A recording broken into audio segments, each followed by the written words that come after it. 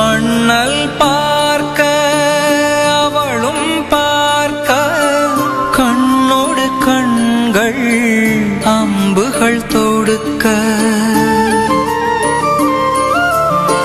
நிலை நில்லாது உணர்வுகள் ஒன்றிட ஒருவரை ஒருவர் உள்ளம் ஈர்த்திட வரிசிலை அண்ணல் வாழ்விழி நங்கை இருவரின் இதயமும் ஒன்றாய் கலந்தன.